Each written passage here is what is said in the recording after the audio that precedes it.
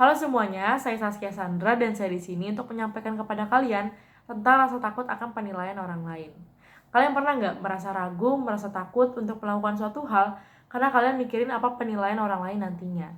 Misalnya kalian ingin mencoba penampilan yang baru, tapi tiba-tiba kalian merasa nggak percaya diri karena kalian takut dinilai tidak cocok oleh orang lain. Padahal kalian belum mencoba sama sekali. Nah, rasa takut akan penilaian orang lain ini adalah keadaan di mana kita merasa nggak percaya diri, cemas, khawatir, bahkan stres karena penilaian orang lain. Kita jadi lebih fokus dengan omongan orang lain daripada fokus dengan diri kita sendiri. Alasannya itu apa sih sebenarnya? Alasannya itu adalah karena kita ingin terlihat sempurna di mata orang lain. Jadi pas kita dapat penilaian yang gak sesuai dengan ekspektasi kita merasa kecewa, merasa gak percaya diri, dan merasa seakan diri kita tuh paling buruk gitu. Tanda-tanda yang bisa kita sadari adalah kita takut mengatakan kebenaran dan berusaha menjadi bunglon sosial. Ketika kita takut dengan penilaian orang lain, kita berusaha untuk menutupi diri atau keadaan yang sebenarnya karena takut dinilai buruk oleh orang lain.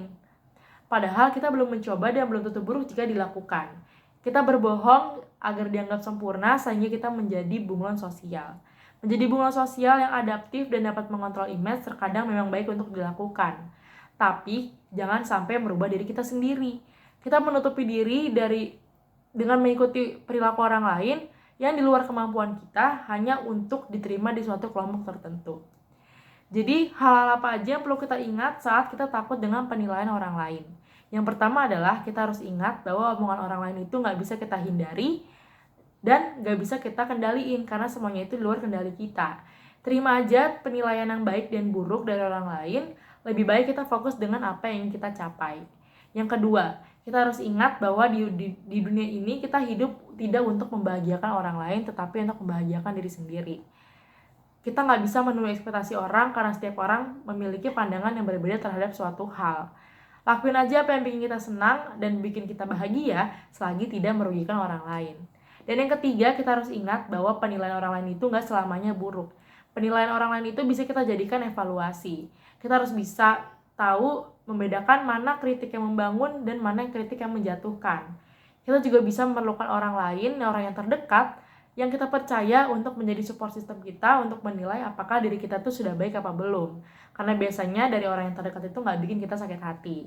Nah, jadi kalau misalnya kalian ingin mencoba suatu hal yang baru, ingin mencoba penampilan yang baru, lakuin aja nggak apa-apa.